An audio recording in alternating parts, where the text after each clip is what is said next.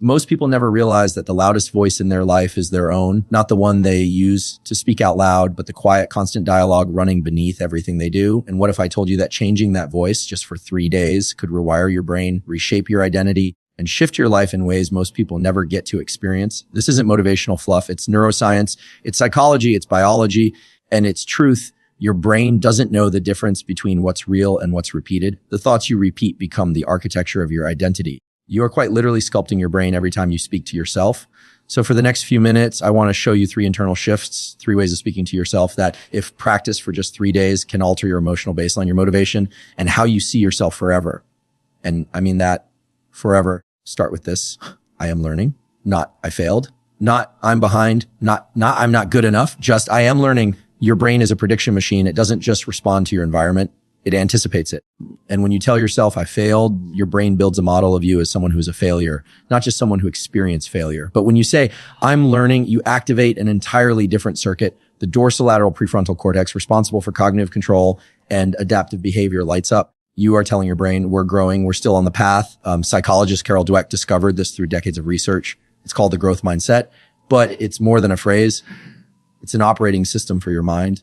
In one study, students who were taught to embrace mistakes as learning signals actually changed the way their brains fired. Their error-related negativity, a brainwave linked to mistake detection, increased. They didn't avoid challenges, they leaned into them because they believed they were becoming, and this shift from judgment to learning frees up dopamine. Yes, dopamine, the chemical not of pleasure but of pursuit. When you believe you're learning, your brain rewards you not for perfection, but for progress. That means your internal motivation grows because you're imperfect. Imagine waking up and telling yourself, I am learning to be disciplined. I am learning to be brave. I am learning how to show up. This isn't weakness. This is humility rooted in strength. The kind of strength that builds resilience at the neural level. Try it for 3 days. I am learning. Speak it when you succeed. Speak it when you fall short. Speak it until your brain believes it. Here's the second shift. I am the kind of person who, not I want to, not I hope to. Yeah. I am the kind of person who gets up early. I am the kind of person who keeps promises to myself. I am the kind of person who shows up when it's hard.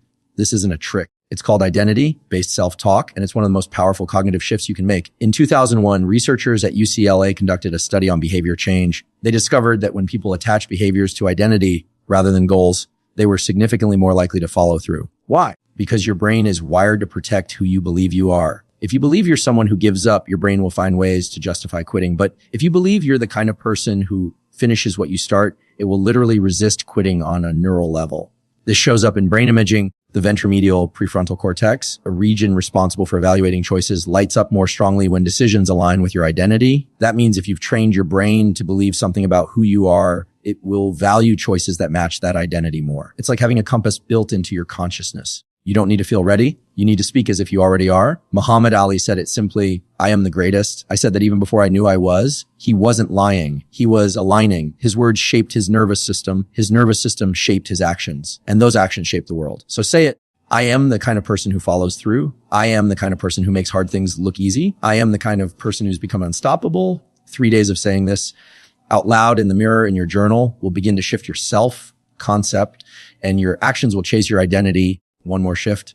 This feeling is not permanent. Anxiety, shame, laziness, fear. We often think these are who we are, but they're not. They're just signals, temporary chemical movements in the nervous system. When you feel stuck, your brain is usually caught in a loop between your amygdala, see your emotional response center, and your default mode network, the part of your brain that generates your inner monologue. That loop creates a kind of tunnel vision where emotions feel true, like they will last forever, but they won't. And when you tell yourself, this feeling is not permanent, you activate the insular cortex, a region that helps the brain perceive time and body states. That one sentence can interrupt the loop. It creates distance between you and the emotion. It gives you space to act differently. In 2014, a team at Harvard studied emotional labeling in high-stress individuals. They found that simply naming the emotion, not changing it, not fixing it, reduced activity in the amygdala. People didn't have to conquer their fear. They just had to recognize it as temporary. That recognition alone began rewiring their reactivity. This is just a wave, you say, and I can surf it. That's not weakness. That's psychological flexibility, and it's one of the greatest predictors of long-term well-being. Don't suppress what you feel, but don't let it define you either. This isn't permanent. I'm not stuck. I'm passing through something. Speak that for 3 days.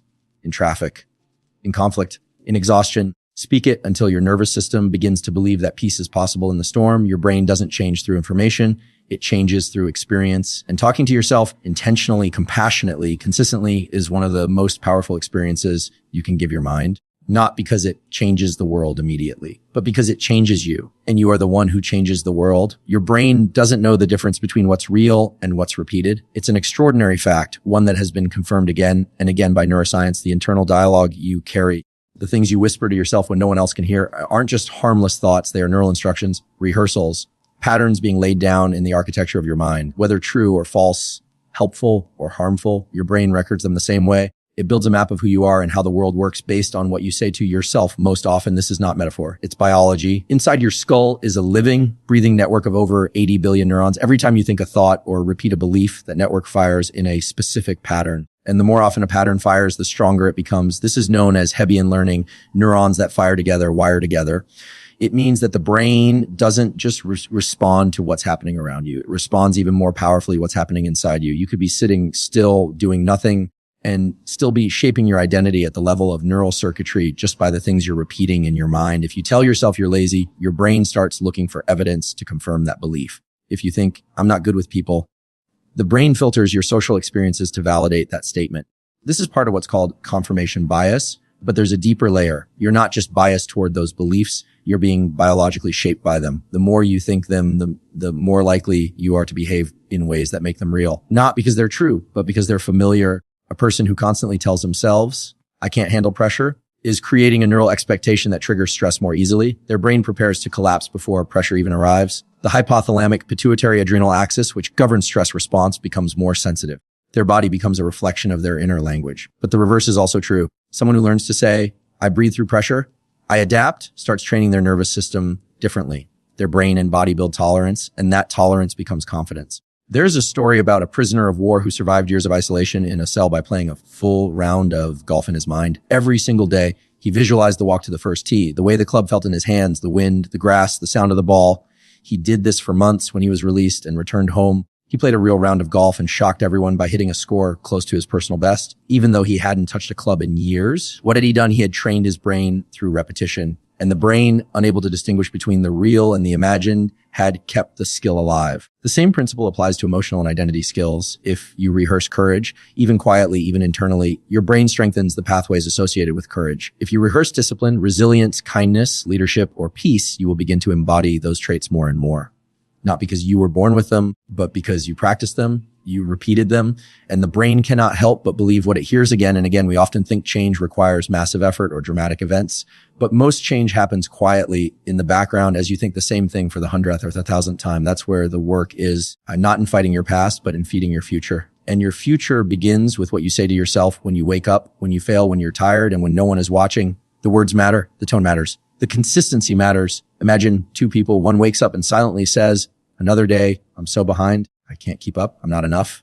The other wakes up and says, I've got breath in my lungs. I'm growing. Today matters. The difference between these two internal monologues isn't just motivational. It's neurological. Over time, their brains evolve differently. Their decisions diverge. One becomes a person buried in self-doubt. The other becomes a person rooted in momentum. The world may treat them the same, but their interpretation, their internal reality reshapes how they move through it. You are not at the mercy of the world around you. You are not a fixed personality. You are a pattern in motion. And that motion is driven by repetition of belief, repetition of story, repetition of thought. That's why changing your self-talk, even for a few minutes a day, even for 3 days, begins to change everything. Not because you forced transformation, but because you finally started repeating the right things. Your brain doesn't need perfect conditions. It needs new instructions, and it will believe whatever you tell it, especially if you tell it often. When you say to yourself, I am the kind of person who, you are not just describing a preference or setting a goal. You are issuing an identity statement, and your brain treats that as a blueprint. The language of identity is powerful because it bypasses surface level motivation and goes straight to the core of how your brain decides what matters.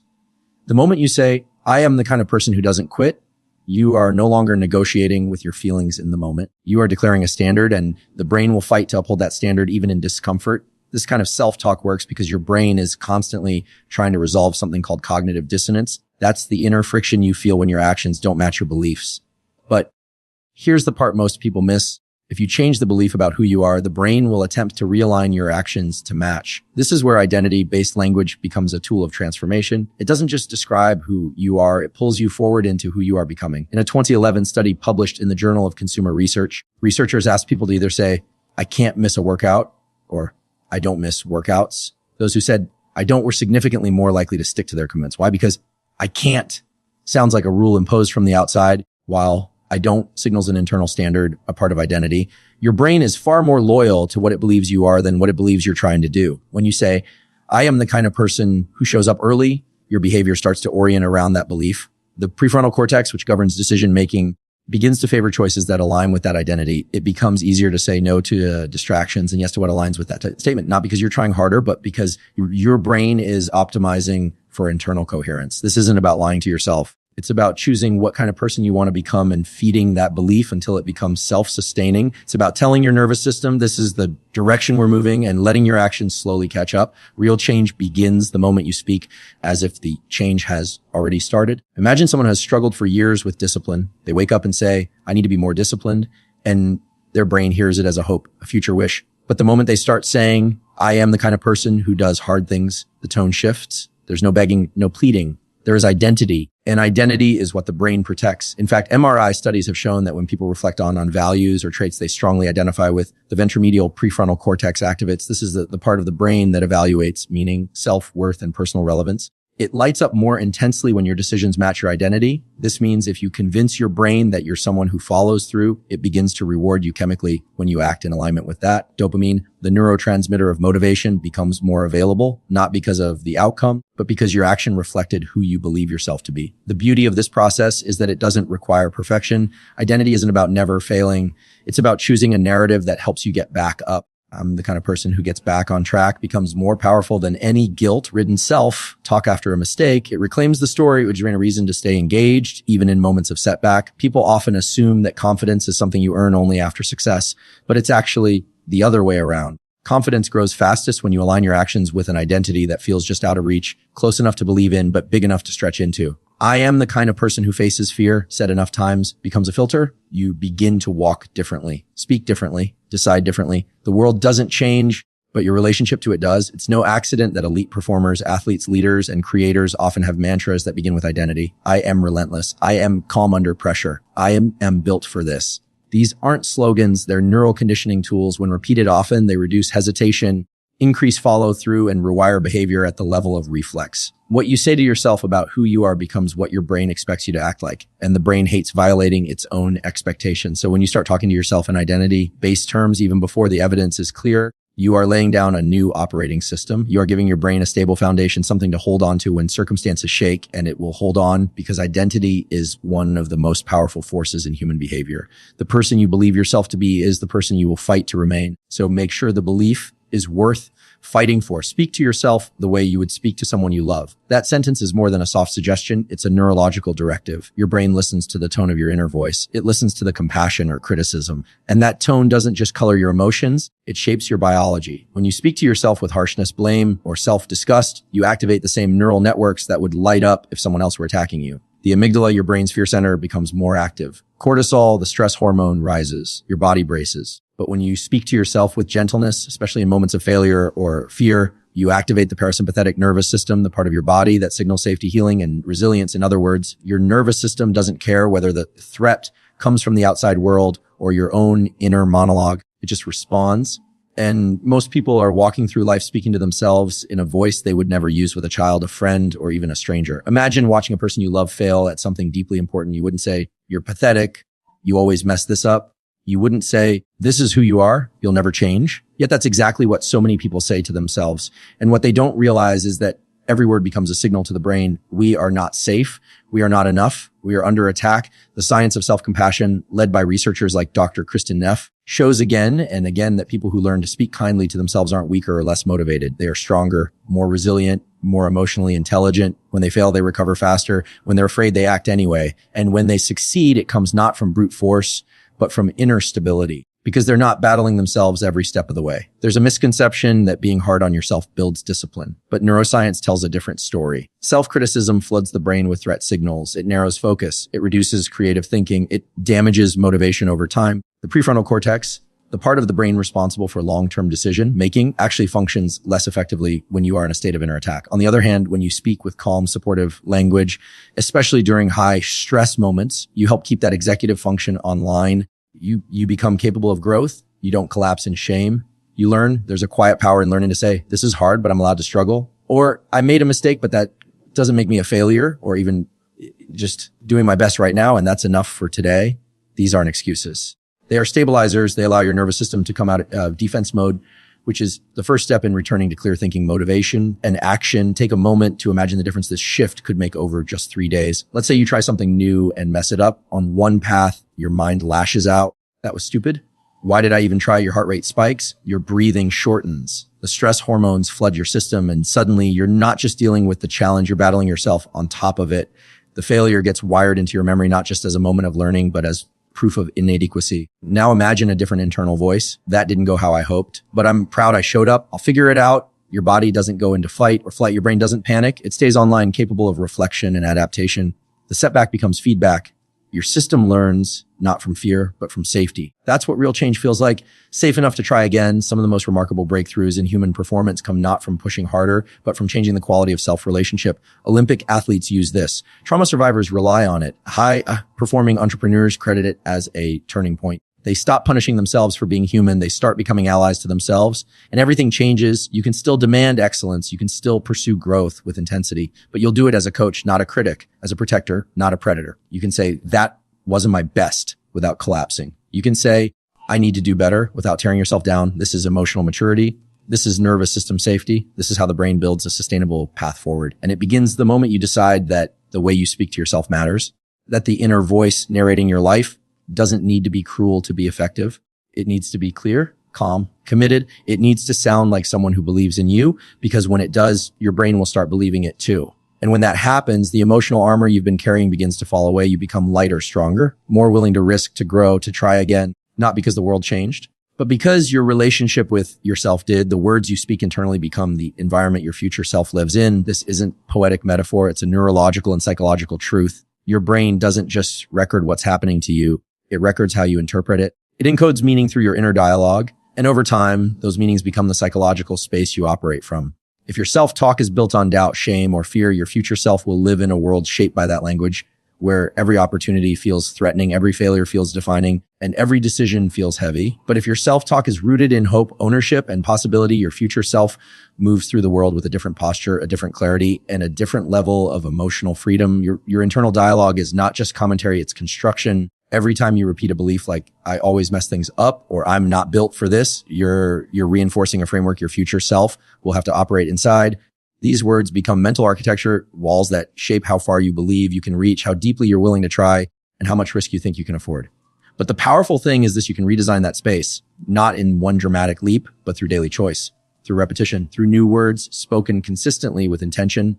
Your future self is listening to the way you talk to yourself today, and what they inherit from you will either be a prison or a pathway. One of the most compelling studies in this space comes from Dr. Ethan Kross at the University of Michigan, who explored how people perform under pressure based on how they speak to themselves. He found that individuals who use distanced self-talk, referring to themselves by name or using you instead of I, performed better in high stress situations. Saying something like, you can handle this, or Maria, you've got this, activated more rational parts of the brain and reduced emotional reactivity. But underneath the technique is a larger truth. The words we use with ourselves either build up our capacity or shrink it. They guide how we respond under pressure, how we bounce back, and how we plan for what's next. If your internal language is always bracing for failure, your future self will likely avoid bold action. If your self-talk is filled with helpless phrases like, I don't know what I'm doing, or it always goes wrong for me, your brain begins filtering reality to match that prediction. This is known as selective attention, the phenomenon where your mind focuses more on what it's been told to expect. So if you constantly reinforce a belief in chaos, disappointment, or being unworthy, your brain will notice and prioritize those signals in your environment. That becomes your reality, not because it's objectively true, but because your self-talk trained your brain to expect it. Now imagine the opposite. Imagine speaking to yourself with future-oriented language. I'm building discipline today because my future self will need it. This is hard now, but the person I'm becoming is worth it. These aren't fluffy affirmations. They are functional reframes. They create a psychological space where growth feels purposeful and struggle feels meaningful. Your brain begins wiring for delayed gratification, for resilience, for vision. The dorsolateral prefrontal cortex, responsible for long-term planning and self-control, becomes more engaged. Your future self isn't just a vague concept anymore. It's someone you're in relationship with. And that relationship is shaped by what you say to yourself in private. There's a reason people who write letters to their future selves or visualize their future lives often experience a surge of motivation and clarity. They are momentarily stepping outside the loop of immediate pressure and seeing life from a higher vantage point. but you don't have to wait for those moments to reconnect. You do it in daily self-talk right now by reminding yourself that every decision, every inner sentence is a brick laid down in the foundation of who you will become. Think of someone walking through a storm. If they keep repeating, I'm lost, I can't do this, it'll never end. That becomes the only story they know. But if they whisper, even quietly, I'm still walking, I'm still breathing, this storm won't last forever, they create a different mental atmosphere, one that's harder, one that's more honest, but one that leads forward. You are narrating the life you're stepping into, not just reacting to what's behind you. The words you use today will become the thoughts your future self relies on in moments of doubt or decision. They will echo in the quiet. They will shape confidence or hesitation. They will be the frame for every risk, every dream, every response to difficulty. So make sure those words are the kind that build courage, not caution. Make them strong, make them clear. Because your future self will live inside the story you're writing right now. Change doesn't begin the moment the result appears. It begins the moment you change your tone. The moment you start speaking to yourself with quiet authority instead of chaotic emotion, something inside you shifts. It's subtle at first, so quiet that most people miss it. But the brain doesn't. The nervous system doesn't. Your internal world starts reorganizing itself around the new tone. Because tone is not just sound, it's signal. It tells the brain what kind of environment it's in. And when the tone of your self-talk becomes calm, grounded, and steady, your brain gets the message, we are safe now, we are capable now, we can begin again. For most people, inner dialogue is a storm, urgent, critical, loud. It's a constant stream of evaluation and comparison. And over time, the body begins to brace for it. Muscles tighten, breath shortens. The stress response is always half awake, even in moments of rest. But when you change your tone, you interrupt that feedback loop. You stop telling the body it needs to be on alert. You give it something new to anchor to. This is why tone matters more than volume. You don't need to shout confidence. You need to sound like someone who believes themselves. Calm doesn't mean passive. It means rooted. It means you're no longer negotiating your worth every time you fail or feel afraid. When neuroscientists study emotional regulation, they often focus on how the brain reinterprets threat, and tone, particularly in inner speech, plays a central role in that reinterpretation. When your tone is sharp or panicked, it strengthens pathways to the amygdala, the brain's fear and survival center. But when your tone is calm and measured, it strengthens pathways to the prefrontal cortex, which governs logic, planning, and self-control. So the actual sound of your thoughts, the rhythm, the force, the quality, decides which parts of your brain get the signal to lead. This is why simply repeating affirmations without changing your tone rarely works. The words might be positive, but if the tone is desperate, your brain will sense the desperation. It will default to survival mode, but speak slowly, evenly with quiet certainty, and the same words take on a different power. They stop being wishful thinking and become internal direction, a signal to reorganize. In high performance psychology, this is called command presence. It's not about shouting orders at yourself. It's about sounding like someone who's in control, even when they're in pain. The voice of command is not loud. It's composed. Athletes, soldiers, surgeons, many of them are trained not just in what to think under pressure, but how to say it to themselves. Because the tone you use with yourself determines how much access you have to your abilities. If your inner voice is frantic, your hands shake, your memory fails, your energy scatters. But if your inner voice is composed, your nervous system syncs with it. You stabilize. Think of the last time you faced something hard, something that triggered fear or self-doubt. What tone did your inner voice take? Was it angry? Was it anxious? Was it defeated? Okay. Did it speak with the kind of grounded authority that says, I can handle this? One breath at a time, one step at a time. Most people never learn how to find that tone, let alone use it daily. But it's available to everyone. And when you start using it, even in small moments, before a difficult conversation, after a mistake, during a long day, your mind and body take notice.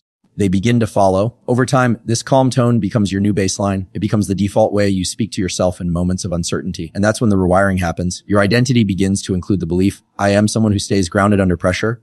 You no longer rely on hype or external motivation. Your tone becomes the quiet drumbeat of trust. And trust, especially self-trust, is one of the most stabilizing forces a person can build. You can practice this.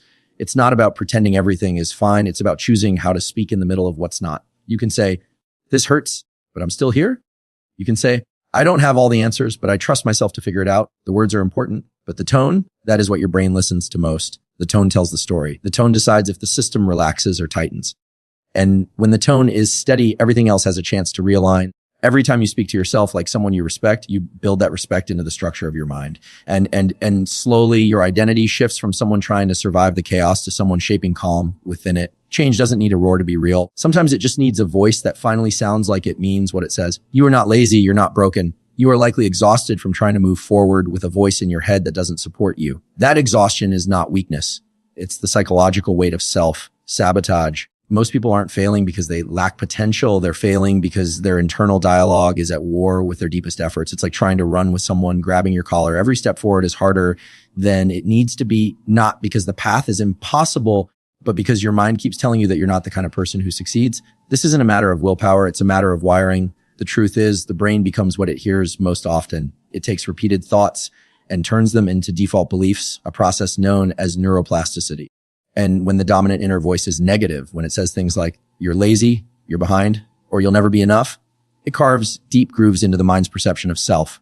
Those grooves become ruts, and those ruts become identity. You start mistaking repeated criticism for truth. But the good news is that neuroplasticity works both ways. You can carve new grooves. You can install a different voice, not overnight, but with consistency and with language that stops punishing and starts partnering. Think about how you talk to yourself when you procrastinate. For most people, it's not neutral. It's harsh.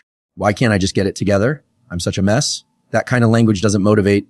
It paralyzes. It increases guilt, which increases stress, which increases avoidance. That cycle has been studied extensively. When people are self-critical after a lapse or a mistake, they're less likely to try again. But when they respond with self-compassion, when they say, this is hard, but I'm still learning, they're more likely to re-engage. The act of pausing, taking a breath, and choosing a supportive tone is more than a coping mechanism. It's a neurobiological reset. Psychologist Kelly McGonigal, known for her work on stress and motivation, found that what we believe about ourselves in moments of struggle determines how we move forward. If you believe you're inherently lazy, every failure confirms that. But if you believe you're a capable person who's navigating resistance, then a setback becomes data, not identity. The difference between those two mental frameworks often comes down to self-talk. And when you change that talk even slightly, you give yourself a new lens through which to interpret effort. Self-sabotage doesn't always sound loud. Sometimes it's a whisper, a low hum of doubt that says, you'll just quit again, or they'll see through you. These aren't just thoughts. They're traps. They keep you cycling through shame instead of forward motion. And the most dangerous thing about them is how familiar they feel. You don't question them because they sound like your own voice. But if you step back even briefly and ask yourself, would I say this to someone I care about? The illusion breaks. And that's the moment you can start rewriting the script. Rewriting doesn't mean pretending you're perfect. It means speaking with clarity and compassion. It means replacing I always fail with I've struggled here before, but I'm still in this. It means catching the internal narratives that declare finality, like this always happens or I'll never get better, and reframing them with possibility. This is happening now, but it doesn't have to stay this way. Those small edits matter. They change how your brain encodes experience. They shift how your body responds to stress, and they open up room for effort to return.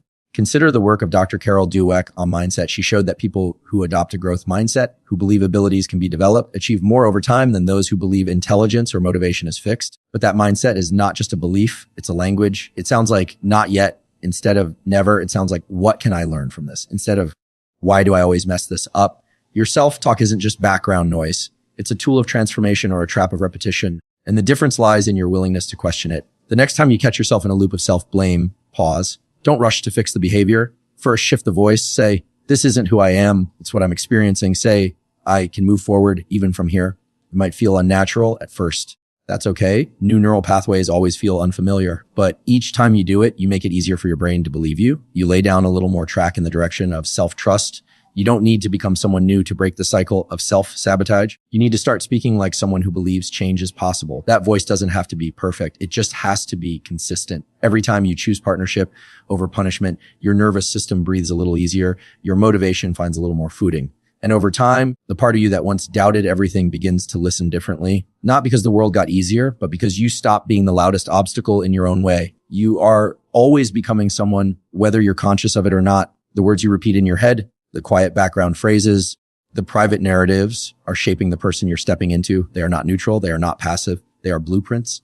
And the way you talk to yourself when no one else is listening is the most honest form of self-leadership. Most people wait until they've achieved something to give themselves permission to speak with respect, with belief, with dignity. But the truth is, those words are not a reward for becoming someone better. They are the path to becoming someone better. Every time you say to yourself, I'm not ready, or I'm not enough, or I don't belong, you're reinforcing a boundary around your own potential. Your brain takes those statements as predictive data. It doesn't ask whether they're true. It asks, how can we make this consistent? That's how the mind works. It seeks coherence.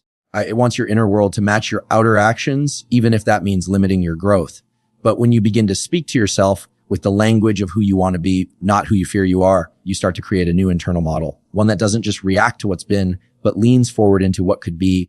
This isn't about lying to yourself. It's not about pretending to be someone you're not. It's about practicing the internal posture of the person you're becoming. If you want to be a confident speaker, you don't wait until the audience claps to start believing. You talk to yourself like someone who belongs on the stage. Even when your hands are shaking, if you want to be disciplined, you don't wait until the habit is easy to encourage yourself. You speak like someone who shows up for themselves, even when it's inconvenient. That internal language isn't decoration, it's infrastructure. Without it, the weight of real change collapses. Psychology has a name for this alignment between identity and action. It's called self-congruity. When your inner voice reflects the kind of person you want to be, your behavior starts to follow. And over time, that behavior begins to hardwire belief. Not in one breakthrough moment, but through thousands of micro choices. Small acts of internal consistency, like saying, I'm learning, instead of I always mess this up, or I can try again, instead of I should just quit. These sound like subtle shifts, but they create entirely different futures. The research on identity-based motivation, particularly by scholars like Daphne Eiserman, shows that when people frame their current effort as part of becoming who they want to be, they persist longer and perform better. Why? Because the brain doesn't just crave results, it craves identity. It wants to know who we are in the middle of discomfort. If your self-talk only reflects your fear, your effort will feel meaningless. But if your self-talk reflects your becoming, your evolving story, then even the hard days feel like part of something larger. You are never just doing something. You are always becoming someone. And the most powerful people, those who persist, who grow, who lead themselves through dark seasons, they all share this quiet habit. They speak to themselves as if they are already becoming the person they intend to be. They use language that supports, not language that sabotages. And they do it not just when it's easy, but especially when it's hard. This isn't just about mindset. It's about embodiment, because when you start speaking like someone who respects themselves, your posture changes, your decisions change, your ability to withstand difficulty changes. You begin to feel like someone who matters, not because someone else told you so, but because your own voice started saying it first. And that's where the deepest change begins. Not in what you do, but in how you regard yourself when no one is watching. So ask yourself, what kind of person do I want to become? And then ask, what does that person sound like in their own mind? What do they say when they fail, when they're tired, when they're scared? Start speaking that way. No, not after the transformation, but as part of it. Because the voice you use today is not just narrating your experience. It's training your brain. It's forming your emotional baseline. It's writing the internal script that will play quietly in the background during your biggest decisions, your hardest moments, your most defining days. You can become anyone, but you will never become someone you consistently disrespect in your own head. Speak like someone becoming, speak like someone building, speak like someone whose words are leading them toward the life they say they want, and keep going. Because whether you notice it yet or not, your voice is building a future one phrase at a time. You've just seen what happens when you change the way you speak to yourself for just 3 days. But the truth is that change isn't temporary. Because when your self-talk becomes intentional, it doesn't just shift your mood, it reshapes your mind. It tells your nervous system you're safe. It tells your identity you're evolving. It tells your future that you're coming for it no longer from a place of fear or self-judgment, but from grounded inner leadership. You don't need louder motivation. You need clearer direction from within. You don't rise into your potential by accident. You rise by becoming someone who partners with yourself, even in silence. Especially in silence, the way you talk to yourself is no longer just commentary, it's construction. And when that voice starts to align with who you're becoming, not who you've been, you don't just think differently, you live differently, you lead differently, you begin again, not because you've been told to, but because you finally told yourself. And this time you believed it.